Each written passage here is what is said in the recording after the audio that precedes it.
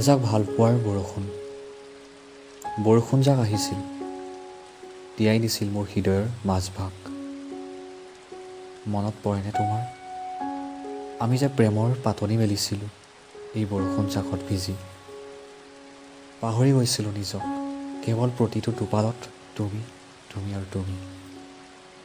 শিহৰিত হৈছিল মোৰ চঞ্চলা মন, আকৌ এবাৰ ভিজিব পৰা হ'লে তোমাৰ সৈতে।